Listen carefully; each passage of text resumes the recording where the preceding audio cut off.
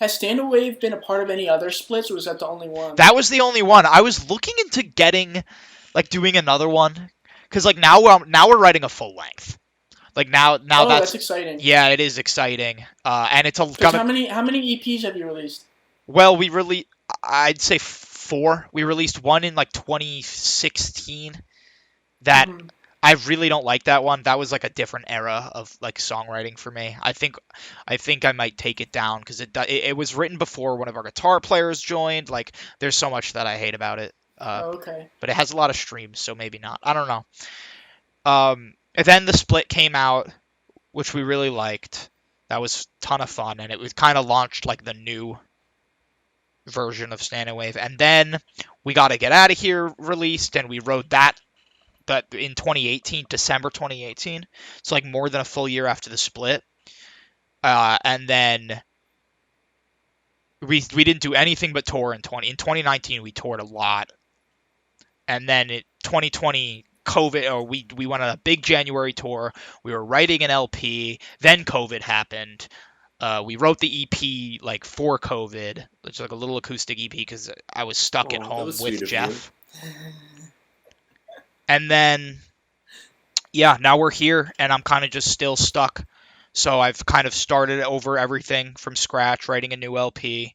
Um, I don't know. I don't know if you guys have this experience, but like a kind of like concern that like, oh, this isn't the same as what I was writing before, so people might hate it.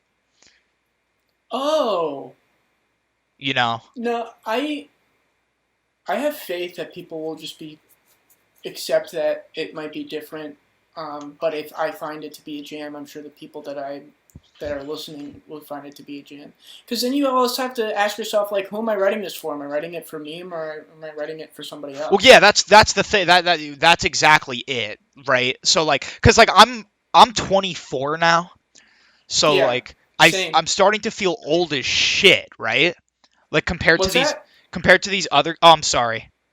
Did I should I not? I swore. Oh no, you could say it. You could swear. I literally just not hear what you said. Oh, okay. Yeah, I feel old as shit. Like to be honest. Um, Yeah. Okay. like I don't know how active you guys are on the cesspool of Twitter. Uh, but like I feel like everyone there is so young compared to me, and like I'm just watching like what the scene is becoming as far, like in Uh. quarantine. It's just like a bunch of people who are just like young and angry and like behind their phone and computer screens, just like putting that out into the Twitter Sure. sphere. And like I don't know, part of me just feels so separated from a lot of that. I don't know if it's because of age or whatever, but I don't know. I'm starting to get older, and like those like that emo style of songwriting just like isn't it's not the same to me anymore. I don't think Um that's necessarily a bad thing, Pete. I don't think it's bad either. Like of course I still love like a good emo bop. I'm not like just some old curmudgeon who's just like, "Oh, like These damn modern baseball kids. was never a good band." Like I like these bands. Like I Don't say that sincerely even do as a think joke. this I think there's a lot of good stuff coming out of the scene right now. In that vein, it's just that whenever I try to write it, it doesn't feel like a reflection of what's going on in my life. Well, and do you attest that to an honest take, or are you hard on yourself when you write something? I'm definitely hard on myself, I think, Yeah. but I don't know because maybe it actually does suck. That's the thing. Like you never know, and no one who actually likes you will ever tell you that it sucks. So you kind of have to just rely on you and the other members of your band like knowing whether or not it sucks. And like honestly, at that point, it's just like if okay, so if I think this sounds good, then I'm just gonna release it. Good Sure. music is good music, and people will always listen to good music. Yeah, I agree with that. Yeah, That's my take. yeah, that's a good take. People will always listen to good music. That's why I'm not that concerned. But I'm taking it slow. Like LP, like if it doesn't release until if it and I doubt it's gonna take this long. But again, if I spend all of 2021 writing and recording this and it releases in 2022, I'm fine with that too. Like I don't feel like I have to do XYZ before a certain age or before a certain year. Well, so you say that you're writing it.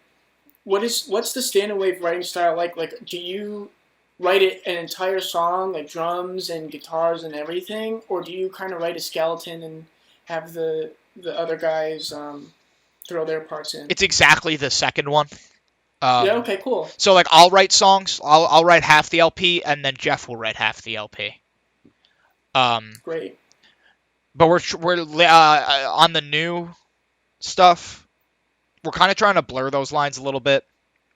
Like we'll work Cool. together on a song a little more, and then Nikhil and Brian will write their parts, or like I'll write the bass part, Jeff will write the lead, like or Brian will write the lead. Like we'll just leave it up to whoever's kind of having the like inspiration at that moment. But it will always come in with like a skeleton that's written by Jeff or me. I think that kind of lends. I don't know. I think our songs kind of sound like we do that, though. Like they can all be like you can hear the acoustic kind of rhythm and like singer-songwriter kind of like they're so lyrically focused. I'm trying to kind of get away from that, but it's hard when I'm usually writing by myself. Like, You know what? I run into that same exact thing, and I've never been able to put that into words because it's the same way that we'll operate because we have two singers where I'll write something and bring it to the band, and it's the same with Jake. The difference with us, and I hate myself that I do it. I have access to like record demos like all the way through. So when I write a song, I get overexcited and I start writing like the leads, and then I write maybe a bass part, and then maybe I'll write a drum part, and I record a whole demo. And before I know it, like there's a whole song there, and it makes me feel like the other members of my band are like, oh, the song's done. And I encourage them to write their own stuff, and they do. I just hate that I get overexcited and I leave that collaborative experience behind. So when Jake, our other singer-songwriter, writes a song, it's just on an acoustic guitar. But my problem is I'll hear something I like, and I'll take it, and then I'll write the whole thing for that. Yeah. And his songs, at least in my ears, sound like, that acoustic singer-songwriter thing with just music added on top of it. And so we're in that process of finishing our new record, and I, at least in my mind, am really trying to push forward, how can we make this sound different? So I'm totally on the same exact wavelength as you. Yeah, I'm definitely on that. Like, I don't know. I've told the others in my band before. Like, it's not that I don't. I don't mean to disparage this kind of band at all before I say this. I really like a lot of bands that are like this, but I don't want to become like just another band with twinkly Midwest emo riffs and kind of just like loud booming choruses. Like I think those elements are great and I want to put them in. But I don't know. I'm constantly just trying to find ways for myself to kind of like expand my like musical vocabulary a little bit, because like I'm not like an incredible musician, so I'm just like doing my best to like just put something out there that conveys the emotions I want it to convey, and it's catchy and it sounds good and that people will like, but I don't know. I just don't want to be writing the same thing as everybody else. Are there bands out there that you listen to who might have maybe started out in that, very generic emo sound or whatever genre that they're in, who later released something that's kind of, I don't want to say, maybe ear-opening is the right term? Well, honestly, I don't know. You might laugh at me for saying this, but I think that Holy Ghost had a totally, like, as far as modern baseball's discography goes, especially the B-side. Yeah, like Holy Ghost kind of turned them in a different direction that makes me really wish they made another record after it. Yeah, for sure. Like what was coming after Holy Ghost felt like a I don't, like, how those first two records, and I love them to death, are such early mid-20s emo records. Like you can tell like how like the immature kind of cadence and like lyrical content as compared Yeah, to Holy Ghost. And Holy Ghost was so much more uh, like like sonically kind of diverse, and the lyrical content was more like poetic and like more kind of what I was used to listening to before I got into emo. Um, so yeah, that was an ear opening record for me. I really liked the trajectory that band was going in until and before they broke up or went on hiatus or whatever. were you Um, ever into Blink 182? I've had my stints of listening to Blink 182, and I find them to be the opposite for some reason. Like I think that Blink is really good at doing like corny, campy pop punk, and um, they're like that's their art. Like they're super good at like Damn It is like the perfect Blink song to me. Yeah, Um, and I think when they kind of venture outside that box, not that I'd ever discourage them or anyone else from like doing whatever the hell they want with their own music. But it's I don't know, like non strictly like pop punk Blink to me, just I don't know, it never hit really that much. But if other people like it, then like that's cool. did you listen to Neighborhoods? I didn't listen to Neighborhoods, never listened to Neighborhoods because that was like after I was into Blink. Because Blink was more of like a high school thing for me. But Yeah, I don't know, people were mad at Neighborhoods. I remember people thinking Neighborhoods was terrible. yeah. I think on its initial release it was that, but looking back on it, that's my record of wow, they're changing their sound, but they're going in a really cool direction. And Hmm. before they could capitalize on it, Tom DeLonge left. Yeah, So I definitely, I if you're could looking see for something that. to listen to, check I'll that one probably out listen to because that I'd love to tonight. hear your reaction, even if it's still you don't like it. Yeah, I'll listen to that tonight actually because I would be interested to see what direction Blink would kind of go in. You know, I Yeah, I thought it was. I thought it was. All, I personally really liked it. It ended up being like one of my favorite overall albums of the 2010s mhm. because it took that step. Yeah. Yeah, I don't know. I'm looking to make that step, but it's so hard to know what direction to go in. Sure. Well, so I mean, outside of music, like, what do you use as inspiration for when you're writing a song? Um Is that a tough? That's like an impossible question. I don't know why I asked that. Sorry. no, that's a good question because I have to think about it and then give like a good answer.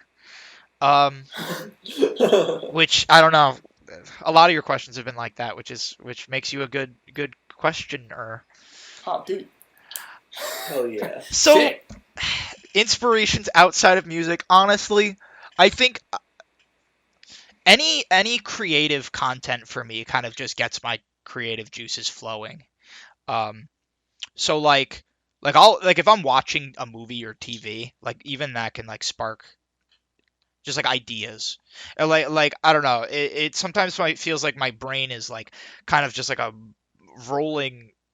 It's like a snowball of ideas. Um, I have, so to preface this, this will make sense in the context of I have pretty severe ADHD. Um, Okay. so at least when I'm off medication, which is for me usually, which probably I probably should take it more, but unless I like have a ton of writing to do in one day, it kind of just makes me like feel really awful, so I don't take it.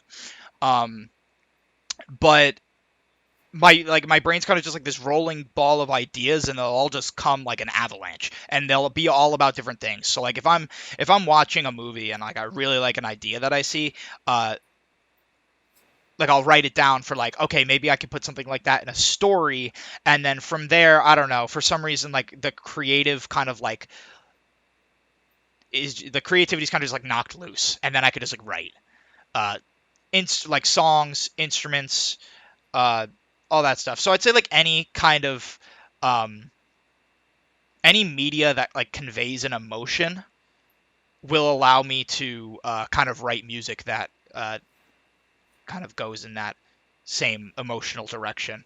Like even if it's something as simple as like if I'm watching Drake and Josh, I don't know. I don't really watch Drake and Josh, but like I was Why not? just trying to think of something that was like really Trying to happy, appease to the kids. like pumped up. Yeah, I'm trying to appeal to children, so that they like my band. That's where you make the real big bucks. But yeah, like say like, and I wanted, and like I was watching Drake and Josh, then I would be able to like write something that's really like funny, happy, whatever. But yeah, I don't know. That's as good of an answer as I could come up with. Well, I asked that question because I remember I was watching an interview. I can't remember what band it was. I think it was Dexy's Midnight Runners, whoever does Come On Eileen. Somebody was interviewing the lead singer, and they said, "What music do you listen to for inspiration?" And he gave the most badass answer. He looked him dead in the eye and he said, "The last place I would look to for inspiration was other people's music." And I was like, "Oh, Wow. snap! Wow, This guy gets it." wow, that's an I intense wonder though, answer. Pete, like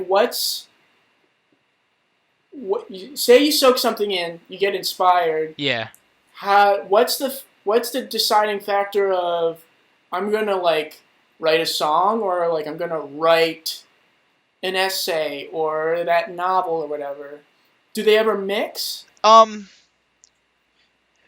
Funny enough, no. It's almost just whatever. Not whatever I feel like doing. It's all closer to like whatever's the closest. Like if I'm at my computer, I'll just open up Google Docs. But like if I'm sitting on the couch or whatever, like there's always a guitar next to me, so I'll just do that. You know. So it's just kind of whatever is just like my creativity, I guess. That sounds like such a gross and like pompous way to put it. No, not at all. My creative process. I guess it just takes the path of least resistance, you know. Like I'll just do whatever, like calls out to me or whatever at the time is just what I'll do. Like like I don't know. I wrote a song last night that I ended up really liking. And the inspiring factor I guess for it was I forget what I was watching. It was just something stupid on like TV. It was I think it was a movie. Whatever. There was a character who was feeling lonely, and I was like, I too feel lonely in the quarantine, and I wrote a song about being lonely. So like it's I guess it's mostly an emotional reaction thing to me. Like whatever my emotional reaction is to a piece of content I'm consuming is kind of the general emotion that I'll kind of like follow through and convey via whatever the next thing I'm writing is. So like I won't write any more of like if I'm writing like an adventure novel, which I want to write an adventure novel because I'm like just a sucker for like good adventure. I won't write it when I'm like feeling sad. Unless Yeah, I you definitely want, gotta be in the right headspace. yeah. Unless I want like a sad scene. I'll save that scene. Like I'll never force myself to write something that conveys an emotion that I'm not feeling at the time. Like I'll just put it on the back burner until I feel that way again. Makes sense. But yeah, I hope I gave an answer that people can relate to or like. That was a really You're good giving question. Perfect podcast answers. Don't think that you're over talking. Have you done this before? I have been on one other podcast. Was it as cool as this one though? Nah. Yes.